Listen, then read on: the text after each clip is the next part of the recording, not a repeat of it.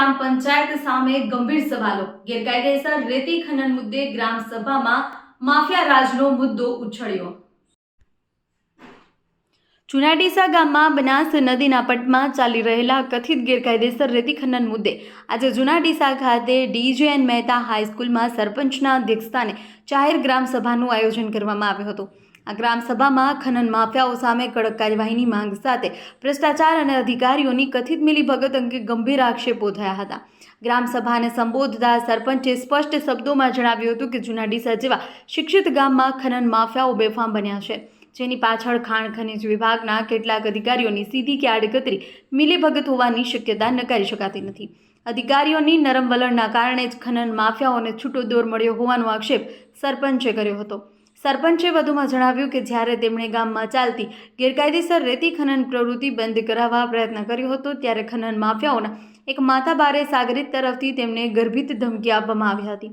તેમના જણાવ્યા અનુસાર એક ખનન માફિયાએ કથિત રીતે કહ્યું કે જો તારે આ ગામમાંથી 4 થી 5 લોકોને ઓછા કરાવવા હોય તો બીજી વાર આ ખનન બંધ કરાવવા આવજો।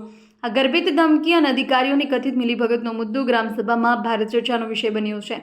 ગ્રામજનોએ પણ ખનન માફિયાઓ સામે તાત્કાલિક અને કડક કાર્યવાહીની માંગ ઉઠાવી છે તથા પ્રજાને ઠાલા વચનો આપવાના બદલે વાસ્તવિક કામગીરી કરવાની માંગ કરી છે। ગ્રામસભા દરમિયાન ખનન માફિયાઓ સામે એક્શન ક્યારે, ભ્રષ્ટાચાર પર બ્રેક ક્યારે અને જૂના ડીસાના માફિયા રાજનો અંત ક્યારે જેવા સવાલો ઉઠતા સમગ્ર મુદ્દો વધુ ગરમાયો હતો। હવે જોવાનું રહ્યું કે તંત્ર અને જવાબદાર અધિકારીઓ આ ગંભીર આક્ષેપોને લઈ શું પગલાં લે છે।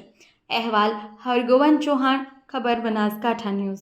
આજની સભા થઈ અંતે નક્કી કરવામાં આવ્યું કે 3 દિવસમાં અમે બધી પંચાયતની વિધિ પૂરી કરી અને જે પણ કાર્યવાહી ઠરાવ વગેરે કરીશું અને એના પછી પણ જો નિરાકરણ ના આવ્યું તો એના પછી તમારું શું કહેવાનું થાય છે?